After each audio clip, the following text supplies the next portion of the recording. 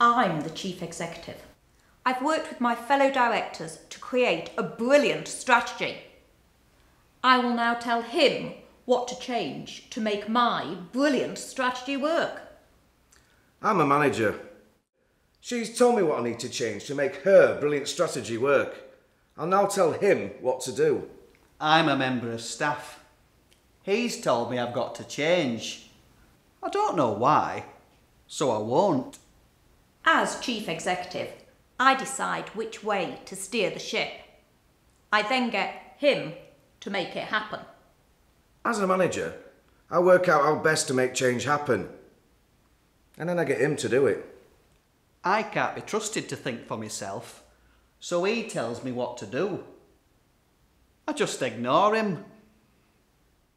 As chief executive, I want him to sweep away the old and bring in the new.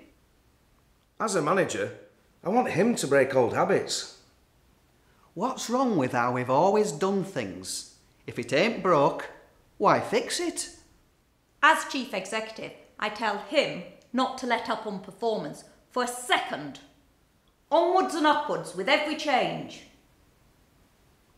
She's obsessed with performance, so I tell him it's got to be right first time.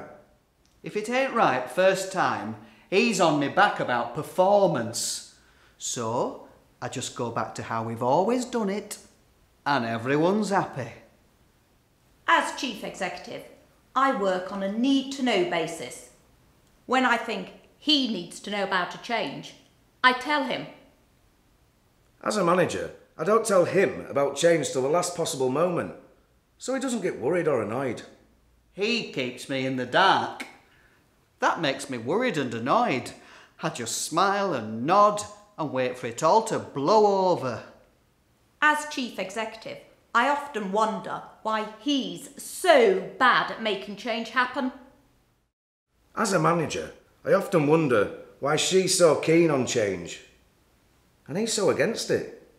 As a member of staff, I often wonder, there's got to be a better way, hasn't there?